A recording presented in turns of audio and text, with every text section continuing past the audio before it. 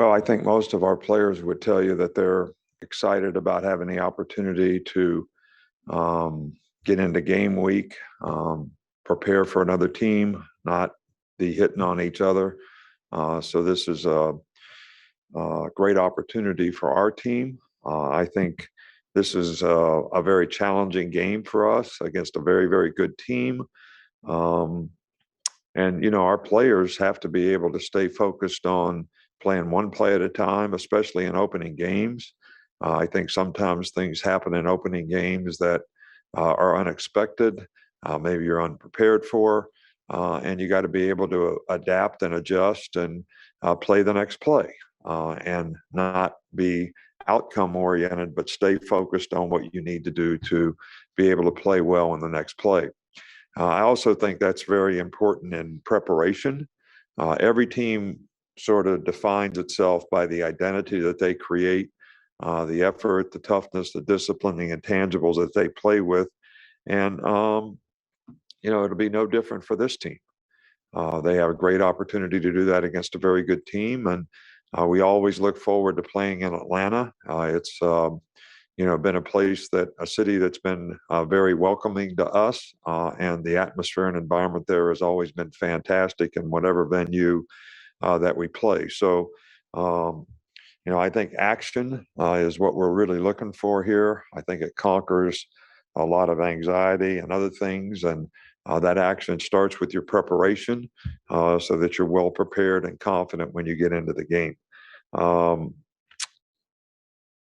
you all have a depth chart now, so you should be really, really happy with that, even though it may not be 100% exact relative to injuries or anything like that. Uh, Q Robinson is suspended indefinitely, from the team.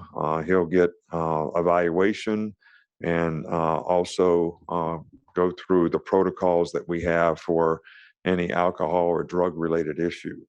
Um, I would like to just take a minute to let everybody on the Gulf Coast know that, our thoughts and prayers are with you and your families. And, hopefully, you don't have to go through too much agony over this storm, but know that there's a lot of people out there that are going to be focused on helping you, if you do.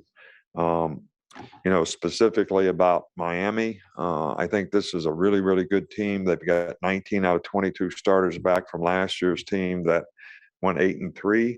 Um, so they've got 10 starters back on offense. They've got 9 starters back on defense. Quarterback King is a really, really good player. They've got outstanding skill guys, 2 very productive receivers coming back from last year. They've got good runners. So this is a really, really good team. This is going to be a really challenging game for us on both sides of the ball. They're good on special teams. Their punter is like number 2 in the nation last year in net punt or whatever. They've got really good team speed. These guys play hard. They're very aggressive. So it's going to be a very challenging game for us, and it's a big game for our players to, sort of establish the identity of what's this team going to be? Who are we going to be? Doesn't matter what we've been in the past. It's all about what we do, in this game. Okay, with that, we'll get things started with Michael Casagrande. Go ahead, Michael. Looking at the receivers, JoJo Earl's up there in the depth chart. What's he showing you in August this month?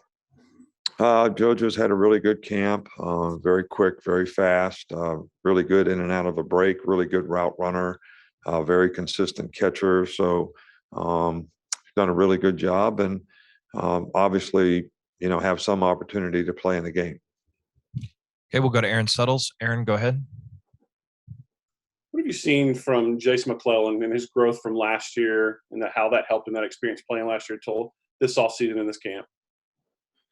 Jace has done a really, really good job. I think he's really confident. I think he really understands the offense when he has the ball, when he doesn't have the ball, which I always think is really important in the development of a running back. Most of these guys that we recruit, they're pretty good when they got the ball, but it's learning how to play when they don't have the ball. And I think that's probably where he's made the most progress. And we have a lot of confidence in him. He's a really good special teams player as well. Go to Nick Kelly with Tuscaloosa. Where's the overall cohesion and just health of the offensive line at right now? I think we'll obviously see, when the game comes, but we've had some injuries in the offensive line, so we haven't always had the same group together, which, the good thing about that is you get more experience for other guys who may have to play. The bad news is those guys didn't get to play together quite as much, but I'm confident in the group. There's a lot of competition up there, which I think is a good thing. And we'll see. They're going to play against a good front, an active front, very aggressive front in this game. So it'll tell us where we're at. We'll go to Charlie Potter. Hey, Coach, you mentioned the injuries on the offensive line. Do you have an update on Kendall Randolph and also DeMarco Helms? The offensive line is all back intact.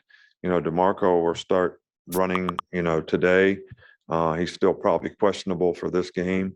I can't answer whether he'll be available for the game or not. We will go to Ryan Hennessy. Ryan, go ahead. Hey, Coach, I was just wondering what you've seen so far throughout this camp with Bryce Young and his progression going into game week. Yeah, Bryce has done a nice job. I think he's very confident. He understands the offense really well. He's accurate with the ball. As I've mentioned before, the focus has been, can we get the players around him to play a little bit better with him? So that's going to, help him probably be able to execute a little bit better. And that's been what we've worked hard on. And I think we're making good progress in that regard. We'll go to Stephen Smith. Go ahead. Coach, specifically Darian Dalcourt in his third year on the offensive line, where has he improved the most?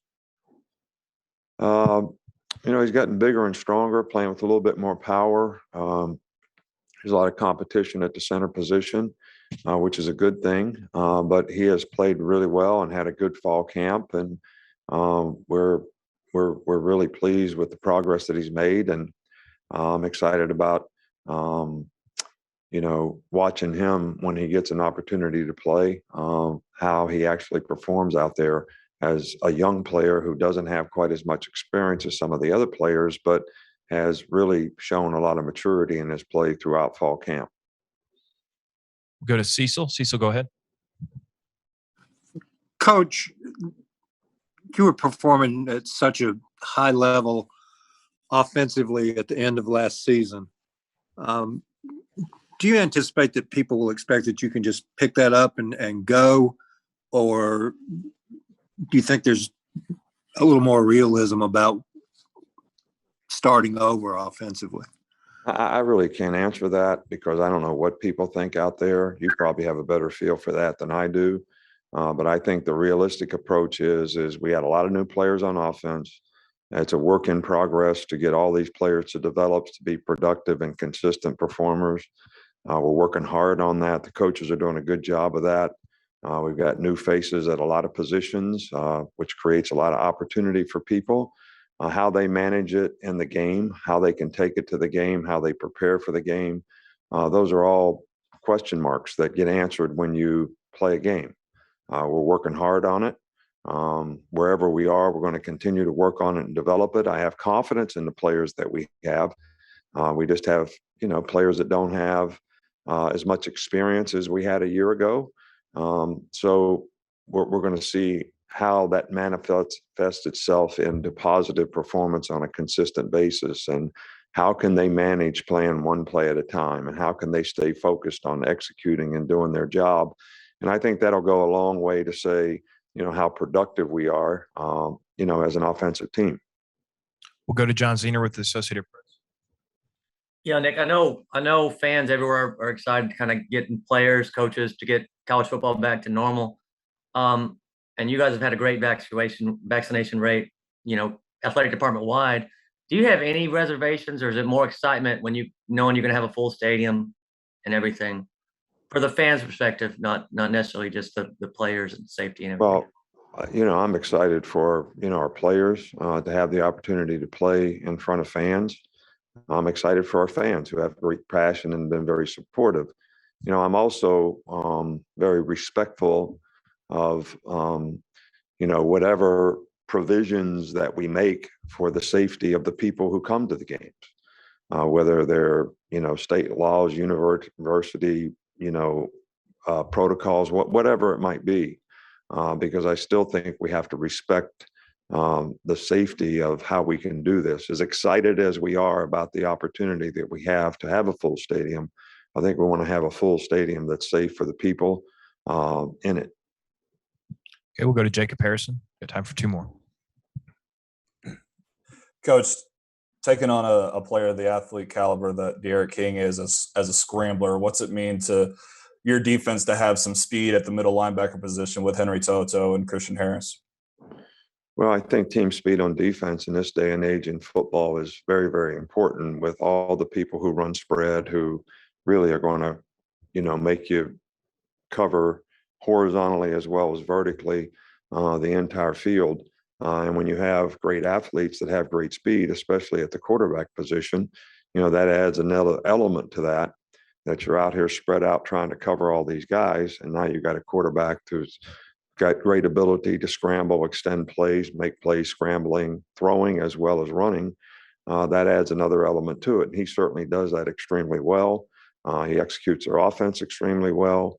He's very comfortable in how he manages the game for them, gets them in, plays that have a great chance to be successful for them. And he's a good decision maker on, whether it's the RPOs, the bubbles, the smokes, the plays that they run that complement the running game.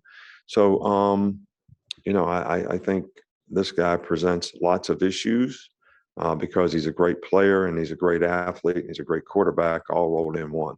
We'll finish up with Aaron. You may not know the answer to this because of the situation on the offensive line. You having to shuffle guys in and out, but do you get a sense of where your run defense is at this point in time?